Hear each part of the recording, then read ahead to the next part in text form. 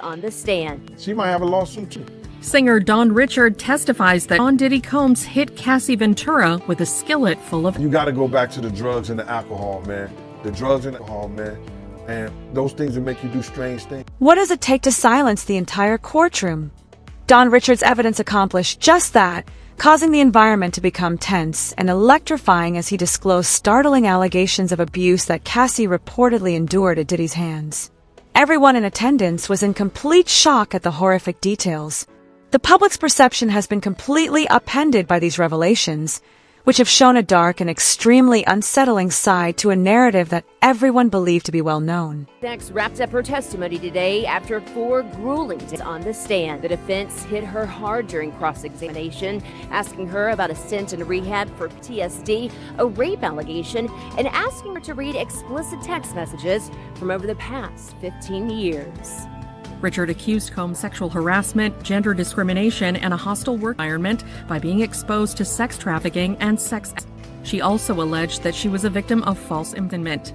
In her suit, Richard stated she was seeking compensatory and punitive damages, as well as other costs for post-traumatic stress, anxiety, and emotional suffering, and financial losses she suffered as a result of Combs' alleged behavior.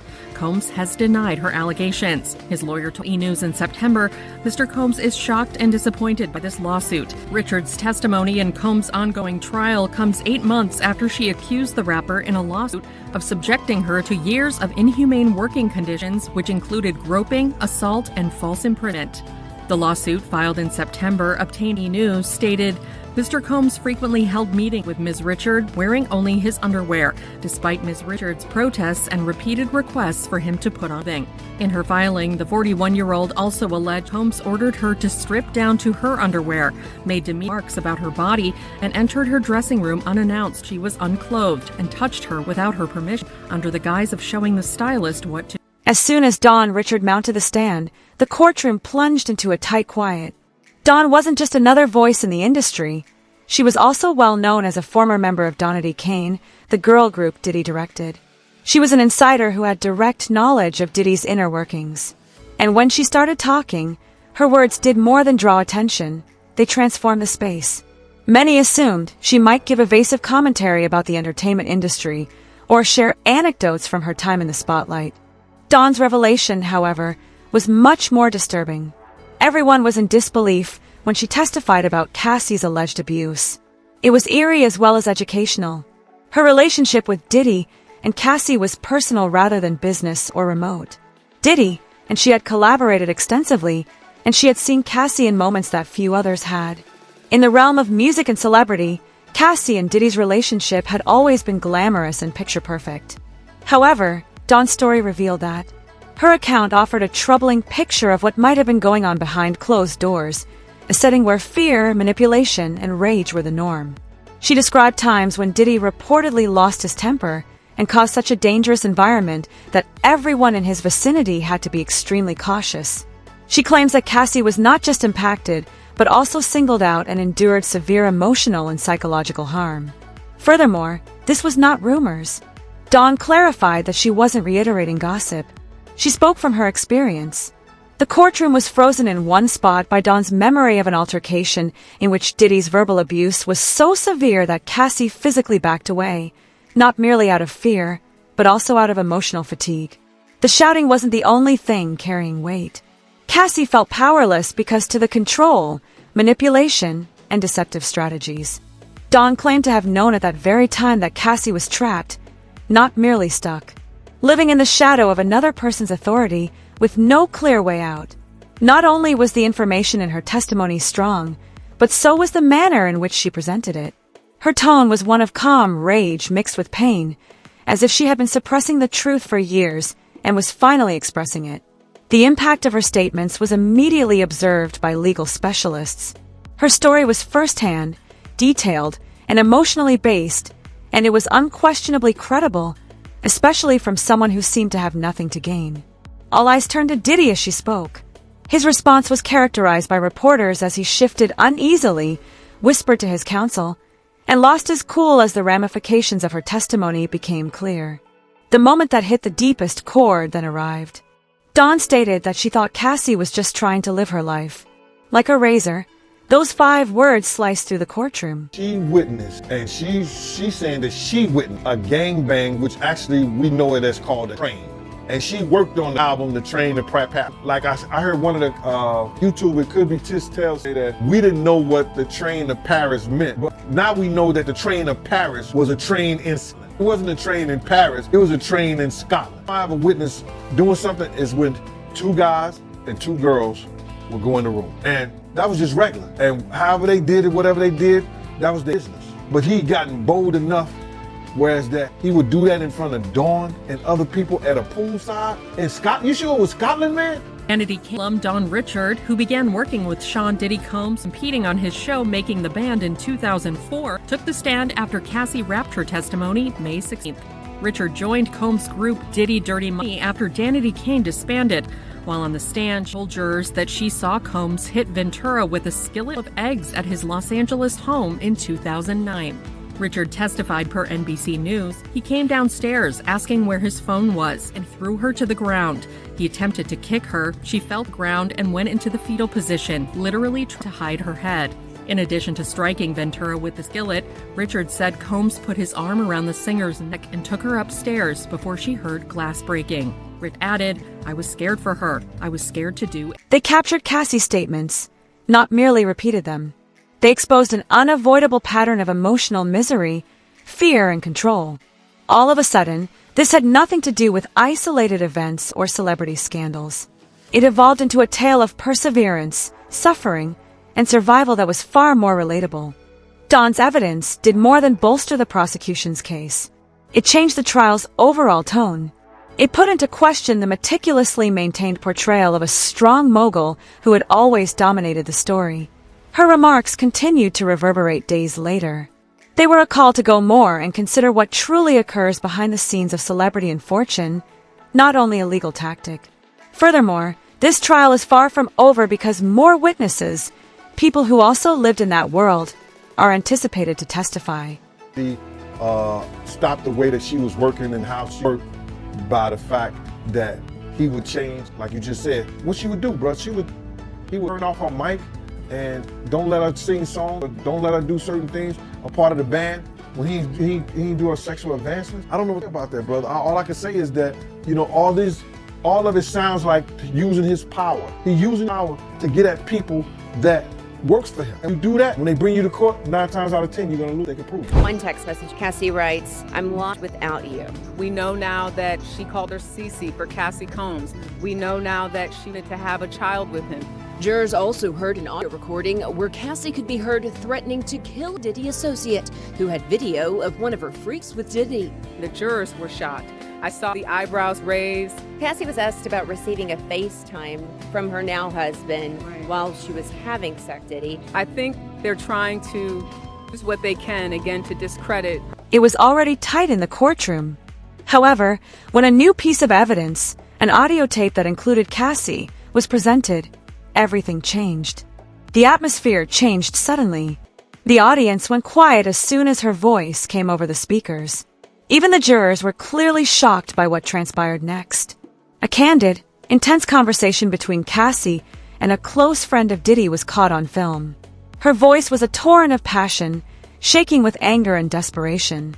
This was a call for assistance, not simply another clip. It revealed the mental turmoil that was hiding behind the scenes and shattered the meticulously crafted facade that had encircled Diddy for years. The recording reportedly showed Cassie addressing a man who was apparently a member of Diddy's inner circle and who allegedly had video of a violent incident between her and the music mogul. She didn't speak in a composed or measured manner. They came from a place of tiredness, heartache, and terror. Survival, not retaliation. She sounded like someone who had been pushed over the edge and had nowhere else to go. Legal professionals saw right away how serious what had just happened was. This was damning, not simply sentimental. The tape provided insight into Cassie's psychological suffering. Her threats were human, not calculated. After years of control and manipulation, they showed a person coming apart. Her voice is ferocious, desperate, and unrelenting on the recording. She pleads, demands, and pushes, signs commonly found in survivors of protracted abuse. This person wasn't attempting to damage a man's reputation. After being hushed for too long, this person was striving to regain her voice. When combined with Dawn Richards' prior evidence, in which she detailed Cassie's emotional distress and Diddy's purported instability, the story started to change significantly. The jury was no longer only hearing pieces of evidence. A pattern was starting to emerge. And for that reason, the recording is so potent. It gives it more emotional weight. It strengthens the background. It presents a disturbing image of what Cassie might have gone through for years and exposes the hidden cost of power disparities. Until a vigorous response from the defense is anticipated. Diddy's legal team is reportedly going to attempt to portray the recording as evidence of Cassie's emotional instability. Their most likely tactic? Make her seem erratic, untrustworthy, and illogical. To undermine the jury's faith in her veracity, they can try to delve into her background, raise concerns about her mental state, or bring up previous relationships. However, that strategy carries some danger, because Cassie's sorrow is captured in the recording, not just her rage. It draws attention to the emotional burden she bore, the silence she endured, and the bravery required to speak up at last. Fortunately, we're all going to take a disgusting trip to his seedy, awful world. You know, the man has no class. He has no kindness in his dark heart. And he's depraved. That's him. This is a depraved, disgusting individual. The facts are the facts, the texts are the texts, and I think that the evidence will be clear. That Ventura had a choice and that she chose to participate in those sexual interests. Where she is entertaining other people in the bedroom. He enjoyed having the freak off. She's being asked specifically about the drug use. She is clearly excited about. Diddy was a polished, powerful character who was constantly at the center of the narrative for years, serving as a symbol of power. However, Cassie stayed in the background, rarely heard but frequently observed. So far, and her voice sliced like a dagger into the quiet on the cassette. There is more to this than a single recording. It's about a pattern, a startling examination of the price paid for emotional restraint, the terror associated with quiet, and the tipping point that exposes everything. It's unclear what will happen next. Will the defense succeed in changing the course of events? Or will more facts, more voices, and more evidence keep coming to light? The defense had a well-defined plan. Paint Cassie as emotionally unstable, untrustworthy, and ultimately unreliable. Their objective was to undermine her credibility in the jury's eyes. However, they were unaware of how disastrously that plan would turn out. The defense unintentionally made Cassie more relatable rather than less. They showed a traumatized woman who may have been subjected to years of psychological control by a strong male rather than a weak witness. A notable change was seen by legal observers watching the trial. In the end, the defense validated her story by trying to take advantage of her vulnerabilities. Her past clarified her statements rather than casting doubt on them. The courtroom waited for the revelation of Cassie and Diddy's secret text chats. She scribbled, "I'm lost without you," in one. In an attempt to imply that their relationship was reciprocal, voluntary, and even affectionate, the defense presented this as evidence of emotional dependence. However, experts quickly refuted that story. They contended that the communications actually exposed the extent of emotional conditioning and manipulation that frequently accompany violent relationships. According to trauma therapists, survivors frequently develop close relationships with their abusers out of fear, coercion, and isolation rather than love. The reason for these relationships is survival. Furthermore, rather than refuting Cassie's account, the communications merely highlighted the potential complexity and harm of the relationship. The attempt to portray her as unstable didn't work out as planned. Rather, it brought up a much more serious query: how much did Diddy contribute to those emotional difficulties? She was not diminished when the defense brought out her history of substance abuse and PTSD. It increased the likelihood that her assertions were the product of years of living under psychological assault rather than those problems. Commentators on equality were quick to point it out. Attacking a survivor's past and mental health in order to raise questions is a prevalent approach in well-publicized abuse cases. It causes uncertainty and casts shadows by turning attention from the accused to the accuser. However, the tactic appears to have backfired in this instance. My sympathies for Cassie grew. The jury started to witness a lady who had suffered years of emotional captivity, isolation, and manipulation at the hands of one of the most influential people in the industry, one who was rising above the pressure rather than collapsing. That insight altered everything. What began as an effort to discredit her turned into something far more potent, a story about survival, resiliency, and trauma. Cassie was no longer viewed as an emotional ex-girlfriend in the courtroom. After years of silence, they saw her as a survivor taking back her tale. And people are already feeling the effects. Instead than focusing on individual texts or emotional outbursts, the trial now examines a troubling pattern of behavior, a profound power imbalance, and the emotional toll of living in someone else's shadow. Their appearance before the courtroom is a calculated and strategic act rather than merely a symbolic one. Legal experts stress that the narrative becomes indisputable when several speakers express the same concerning trends. Another former member of Diddy Kane, Dawn Richard, has already had a significant influence with her testimony. She recounted terrifying incidents in which she saw Cassie clearly scared following alleged violent altercations with Diddy. In sharp contrast to the polished image frequently displayed in public, her report depicted an atmosphere dominated by control and pressure. There was startled stillness in the courtroom.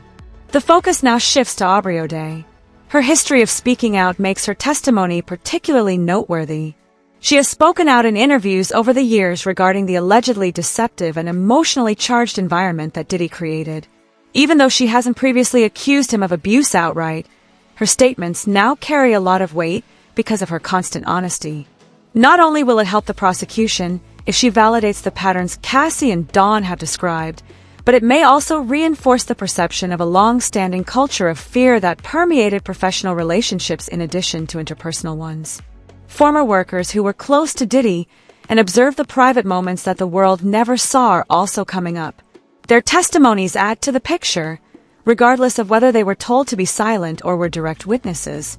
They provided insight into the possible backstories of the image, the celebrity, and the music. There are urgent questions raised by their decision to speak now. What have they kept hidden? And why are they revealing it at this time? The case gains momentum with each testimony. Legal experts concur that it gets harder for the defense to refute it when reliable sources from various perspectives agree on the same unsettling facts. Each story fits into a larger, more incriminating pattern. And the more reliable these reports get, the more difficult it is to refute them. Aubrey's testimony might prove to be crucial. Will she talk about how Cassie manipulated her? The same instability Dawn spoke of? Will she attest that Diddy's thirst for control permeated every aspect of his enterprise and wasn't just confined to private moments? If true, it could support the prosecution's depiction of a guy who benefited from domination both emotionally and methodically. However, Diddy's self-presentation also shapes this trial, not only his testimony. His actions in court were scrutinized during the first week. He looked confident, even arrogant, as he entered, projecting the calm, collected image he had been cultivating for decades. However, as the accusations were exposed, that facade started to crumble. There were noticeable changes during Cassie's emotional testimony and the presentation of incriminating audio and text evidence, including tense body language, a clenched jaw, and anxious whispers to his legal team. Some saw it as a man frantically attempting to keep things under control. Others saw it as evidence that the situation was deeply moving them. Even more harm was done by Dawn Richard's narrative. Diddy's calm disintegrated as she disclosed upsetting situations. His visage grew gloomy and his poise waned. According to insiders, it was a watershed moment. Now the man who had always been in control was cornered. In high-profile trials, appearances matter, and juries observe every flicker of emotion. The strong image he has spent years building is eroded by every obvious crack in his manner. One man is no longer the focus of this trial. It's now a reflection of something bigger, a retribution for a sector that suppressed victims, ignored warning signs for too long, and prioritized celebrity over the truth. The pressure keeps increasing as additional witnesses, including Aubrey and former insiders, are anticipated. Even more profound levels of wrongdoing and deception may be revealed by their stories. What's emerging is a moment of cultural clarity as much as a legal conflict. The result might change our perceptions of celebrity, power, and responsibility. This isn't another scandal involving a star. It brings long-hidden facts to light, and what it reveals has the power to completely alter the course of history.